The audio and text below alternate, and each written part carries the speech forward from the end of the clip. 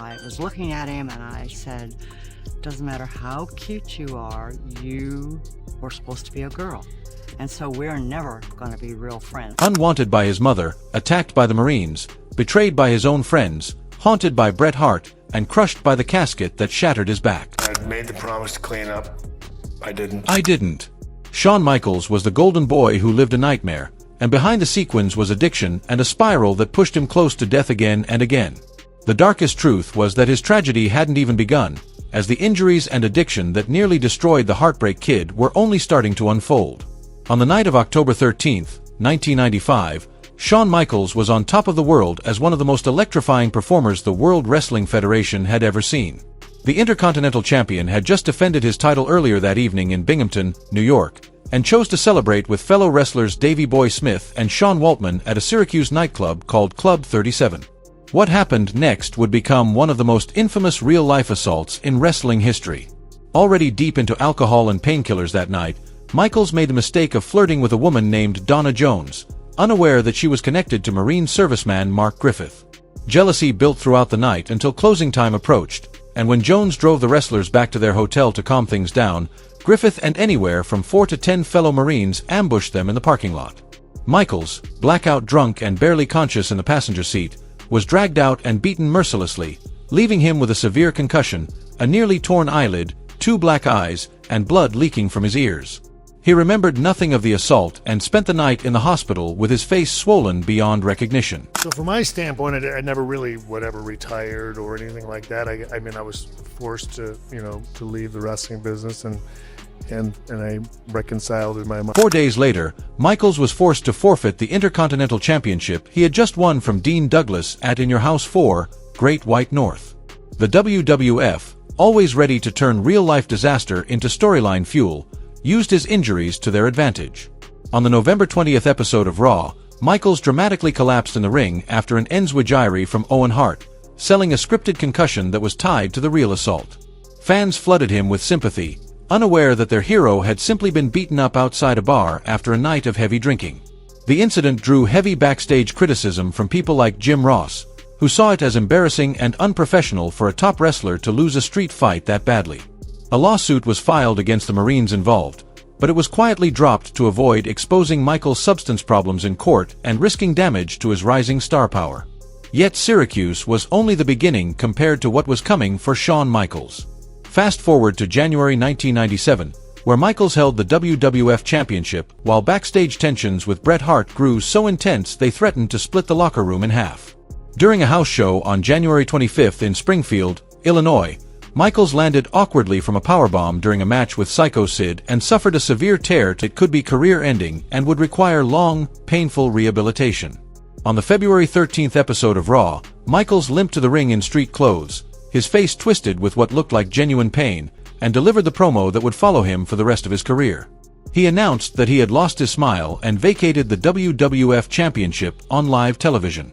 Fans in the arena chanted for Bret Hart and Sid, doubting him because of his history of avoiding losses and using backstage politics to his advantage. Most insiders believed the injury was real but exaggerated to avoid dropping the title, especially since he recovered surprisingly fast and returned just a few months later, fueling the long-standing belief that he was unreliable, manipulative, and willing to hold the whole company hostage. Then came the injury that truly broke Shawn Michaels in ways that would take years to repair. On January 18, 1998, at the Royal Rumble inside the Greensboro Coliseum in North Carolina, Michaels defended his WWF Championship against The Undertaker in a casket match, a violent stipulation where you had to incapacitate your opponent and shut them inside a wooden coffin to win. Their feud had been building since their legendary Hell in a Cell match at Bad Blood and carried real tension that bled into every moment. Late in the 20-minute battle, with the crowd roaring for The Undertaker's dominance, Michaels attempted a high-risk move, and The Undertaker caught him, delivering a back body drop that launched Michaels over the top rope and straight onto the sharp edge of the casket. The impact was devastating. Michaels' lower back took the full force of a landing, herniating 2 discs at L4 and L5 and completely shattering a 3rd vertebra. On camera, it looked normal because Michaels was that good at selling pain, but backstage he collapsed in unbearable agony and couldn't stand without help from several trainers and officials. Doctors gave him crushing news, warning that continuing to wrestle could lead to permanent paralysis. While remembering the moment, he says, No, it is. It's like I said, it's convenient now. Getting to look at it all in the rearview mirror, going through it again. It was. Look, it's why I do get sentimental. It's why I don't take a lot of stuff that seriously anymore. It's why I turned into the type of human being that I am. It's why I don't do podcasts and say bad things about other people or whatever. Because I don't have any. I've had enough drama in my life, and the thing is, look, you have to understand, I look at what I've been through, what I have survived. A bunch of the dudes I used to run around with are dead. And so I got a second chance. Despite the excruciating pain tearing through his spine, Michaels somehow finished the match and retained his title after interference from DX and Kane, but his body was completely destroyed. He pushed himself through unbearable agony at WrestleMania 14 on March 29, 1998, losing the WWF Championship to Stone Cold Steve Austin in what was meant to be the defining torch-passing moment of a new era. Triple H even had to help him lace his boots backstage because Michaels couldn't bend over without screaming in pain. Adrenaline and a heavy mix of painkillers got him through 19 minutes of intensity before he finally went down to Austin's stunner. The next night on Raw, Michaels delivered a tearful, emotionally raw promo from a wheelchair, officially vacating the title and announcing his retirement from professional wrestling at just 32. Doctors warned him that one more wrong bump could leave him permanently paralyzed. What followed was a descent into absolute hell that nearly killed Michael Shawn Hickenbottom. Addicted to painkillers, cocaine, and alcohol since his Midnight Rockers days with Marty Jannetty in the mid-1980s, Michaels had been self-medicating for years to cope with the brutal road schedule, constant pain, and growing insecurities. By the late 1990s, with nothing but time and money in front of him, he was consuming 20 to 30 somas a day, mixed with vodka and anything else he could find. The WWF kept him on payroll at an astonishing $750,000 a year just to stay home and recover, mainly to prevent him from jumping to WCW during the heated Monday Night Wars. But the money only fueled his spiraling addiction and pushed him further away from everyone who cared about him. Even during his active years, the damage was obvious, as Michaels often showed up impaired to events, slurred through important promos meant to build main event storylines, and botched spots because his dulled senses put both him and his opponents at serious risk. His ego-driven backstage politics pushed away peers left and right, turning him into a nightmare to work with and giving him a reputation for being difficult, unreliable, and dangerous. Vince McMahon even flew to Texas multiple times to personally beg Michaels' father to intervene, hoping family pressure might help where professional consequences had failed. But denial won every time and Michaels continued sinking deeper into his downward spiral. Outside the ring, the damage was far worse and affected everyone around him. His first marriage to Teresa Lynn Wood, which began in 1988 during his early WWF years, collapsed in 1994 after non-stop infidelity, constant chaos, and substance-fueled arguments over everything imaginable. He later married former WCW Nitro girl Rebecca Kersey in 1999 at the Graceland Chapel in Las Vegas, but the early years of their marriage were heartbreaking for her as she watched him pass out at dinner tables night after night while their toddler son Cameron crawled over his unconscious body saying, "Daddy's tired," an image that haunted Michaels for years afterward. And tearing through his spine, Michaels somehow finished the match and retained his title after interference from DX and Kane, but his body was completely destroyed. He pushed himself through unbearable agony at WrestleMania 14 on March 29, 1998, losing the WWF Championship to Stone Cold Steve Austin in what was meant to be the defining torch-passing moment of a new era. Triple H even had to help him lace his boots backstage because Michaels couldn't bend over without screaming in pain. Adrenaline and a heavy mix of painkillers got him through 19 minutes of intensity before he finally went down to Austin's stunner. The next night on Raw, Michaels delivered a tearful, emotionally raw promo from a wheelchair, officially vacating the title and announcing his retirement from professional wrestling at just 32. Doctors warned him that one more wrong bump could leave him permanently paralyzed. What followed was a descent into absolute hell that nearly killed Michael Shawn Hickenbottom. Addicted to painkillers, cocaine, and alcohol since his Midnight Rockers days with Marty Jannetty in the mid-1980s, Michaels had been self-medicating for years to cope with the brutal road schedule, constant pain, and growing insecurities. By the late 1990s, with nothing but time and money in front of him, he was consuming 20 to 30 somas a day, mixed with vodka and anything else he could find. The WWF kept him on payroll at an astonishing $750,000 a year just to stay home and recover, mainly to prevent him from jumping to WCW during the heated Monday Night Wars.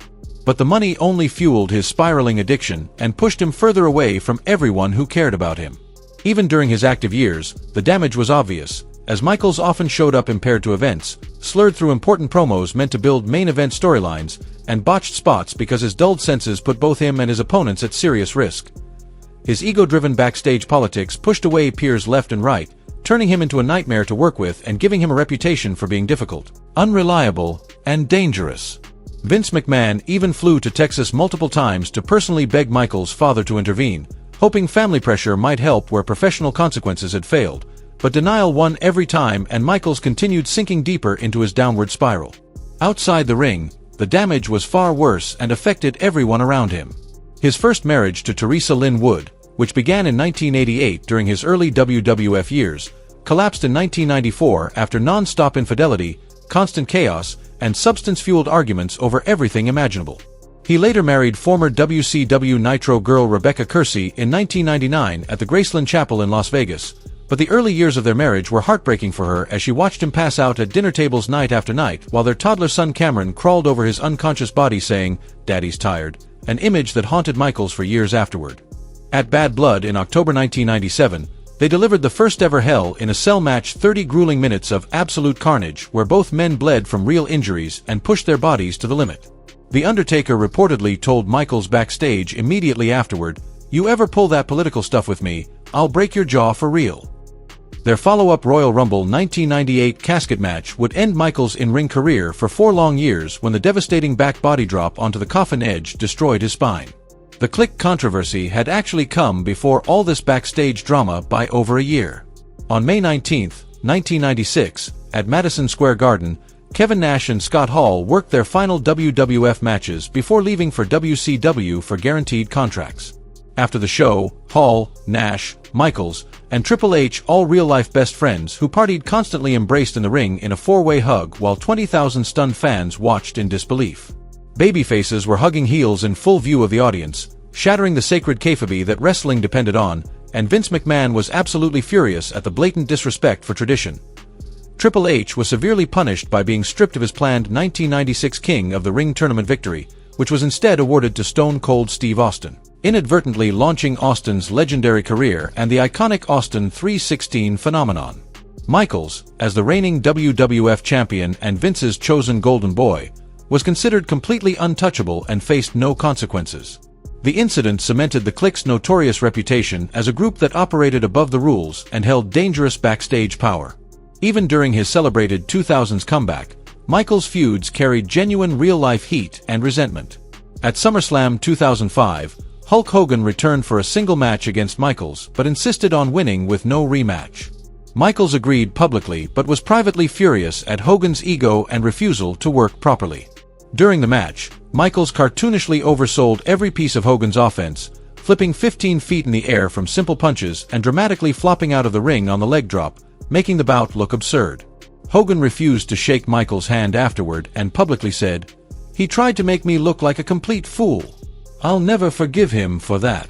Michaels has maintained that he simply did exactly what Hogan asked made him look strong, just not in the way Hogan expected. By January 2010, Bret Hart finally forgave Shawn Michaels publicly after 12 years of real hatred, and on Raw they shook hands and embraced in an emotional reconciliation that brought closure to wrestling's longest-running real-life feud. Bret later said in interviews, "The man he is now is not the man who screwed me back in Montreal." But that remarkable transformation from villain to respected elder statesman didn't come from wrestling or time alone, it came through something far more powerful and unexpected: his Christian comeback and the legacy of Mr. WrestleMania. By 2001, Michael Sean Hickenbottom was unrecognizable from the cocky, charismatic Heartbreak Kid who had thrilled millions in the 1990s, bankrupt from failed .com investments, addicted to every substance he could find, and utterly isolated in his sprawling San Antonio mansion. He was a broken man waiting to die. Then one Sunday morning in early 2002, his wife Rebecca physically dragged him to a non-denominational Christian church against his will. Michaels sat reluctantly in the very back row, dark sunglasses on, arms crossed defiantly, daring God to do something meaningful. The pastor that morning preached on the biblical prodigal son, the story of a wayward child who squandered everything before returning home to find forgiveness and redemption waiting. Michaels began crying so uncontrollably that he had to leave the sanctuary to avoid making a scene, and in the church parking lot he fell to his knees on the concrete and prayed what he later described as the only completely honest prayer of his entire adult life. On April 24, 2002, Shawn Michaels became a born-again Christian, committing fully to changing his life. He checked into a rehabilitation facility the very next week, flushed every pill he owned down the toilet, and has not touched drugs or alcohol since that transformative moment. His return to professional wrestling just months later shocked the entire industry and everyone aware of his medical and personal history. At SummerSlam 2002, Michaels faced his former D-Generation ex-partner, Triple H, in an unsanctioned street fight with no rules and no restrictions. Backstage, nobody knew for certain if his surgically repaired body could survive the punishment of a main event caliber match. At 37, with titanium rods and screws still embedded in his lower back from the 1998 fusion surgery that was supposed to end his career, Michaels stepped into the ring and delivered what was nothing short of a true resurrection. He won with a dramatic roll-up, collapsed from exhaustion and emotion, was stretchered out by medical personnel, only to suddenly pop back up off the stretcher and dance his way back to the ring, officially signaling the rebirth of the showstopper. The crowd went absolutely wild. What followed between 2002 and 2010 is considered by fans, critics, and fellow wrestlers to be even better than his legendary 1990s prime, which had already cemented him as one of the greatest performers in history.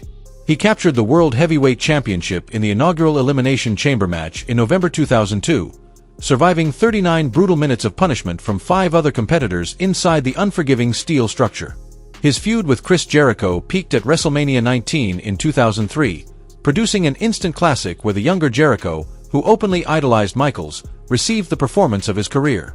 At WrestleMania 21 in 2005, Michaels delivered a spectacular 27-minute technical wrestling clinic against Olympic gold medalist Kurt Angle, proving that his body could still perform at the highest level. In 2006, Michaels reunited D-Generation X with Triple H, creating the most commercially successful and entertaining version of the rebellious stable ever, selling millions in merchandise and drawing massive television ratings. His 2008 feud with Chris Jericho became intensely personal, blurring the line between storyline and reality, as Jericho turned heel and viciously called Michaels a fake Christian who lied to his family every day, attacking everything Michaels held sacred. During a July episode of Raw, Jericho slammed Michaels' head into the massive Jumbotron, leaving him bloodied and battered, reminiscent of his brutal 1997 era. At SummerSlam that year, Jericho's storyline intentionally targeted Michaels' real wife, Rebecca, generating nuclear heat from the audience.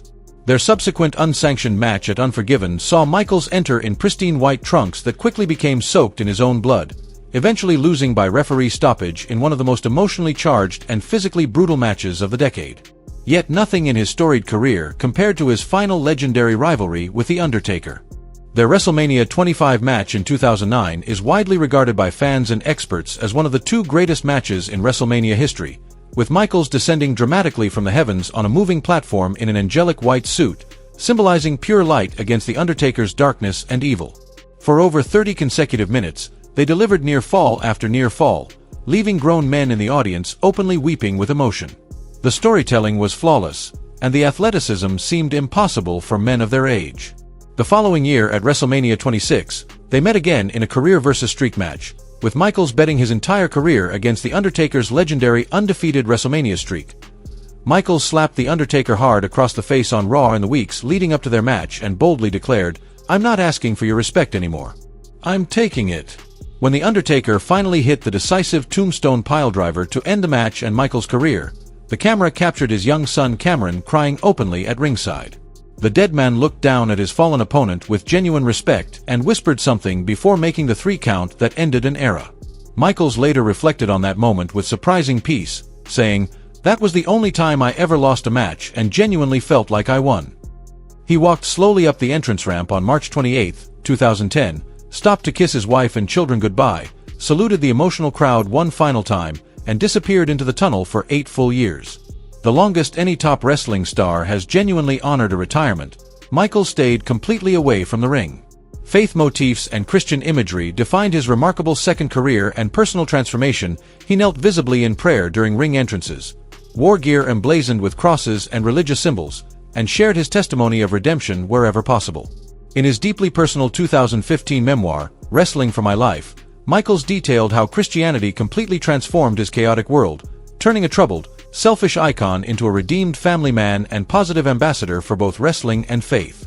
He even starred in the faith-based inspirational film The Resurrection of Gavin Stone in 2017, embodying themes of redemption and second chances on the big screen. His one significant return at Crown Jewel 2018 in Saudi Arabia, teaming with Triple H against The Undertaker and Kane in a Dream Tag Team match, is widely regarded as one of the worst high-profile matches in recent wrestling history. The four legends looked old, slow, and completely disconnected from their prime years. Michaels has repeatedly stated that he deeply regrets returning for that match and only agreed to do it for the money, reportedly a staggering $3 million for one night's work. The Saudi match momentarily tarnished the perfect ending he had crafted at WrestleMania 26, but ultimately nothing could erase decades of brilliance and artistry. Today, at 60, with gray in his hair and wisdom in his eyes, Shawn Michaels serves as Senior Vice President of Talent Development Creative for WWE's NXT brand, helping shape the next generation of superstars. He has personally trained, mentored, and developed emerging stars like Braun Breaker, Roxanne Perez, Wes Lee, and Carmelo Hayes. Triple H has publicly credited Michaels as the primary architect of the critically acclaimed black and gold NXT era that revolutionized developmental wrestling. William Regal once revealed something telling about Michaels' transformed reputation backstage. Every young wrestler in NXT calls him Pastor Shawn behind his back, half joking, half serious, a nickname that speaks volumes about how completely he has changed. His body still bears the permanent scars of a legendary career and the punishment he absorbed over 25 years. In August 2024, Michaels underwent major surgery to finally remove the 26-year-old titanium hardware from his 1998 back fusion, which had been causing chronic issues. Kevin Nash has publicly revealed that Michaels currently awaits double knee replacements to address the damage accumulated from countless moons, ladder dives, and superkicks. The physical toll of entertaining millions never truly ends. From the absolute lowest lows of addiction and despair to the highest redemption of faith and family, Shawn Michaels didn't merely wrestle his way into professional wrestling history, he prayed, bled, and sweet chin musicked his way into immortality twice. That's all for now, folks, and thank you for watching. To enjoy more of this content, click on the card showing on the screen.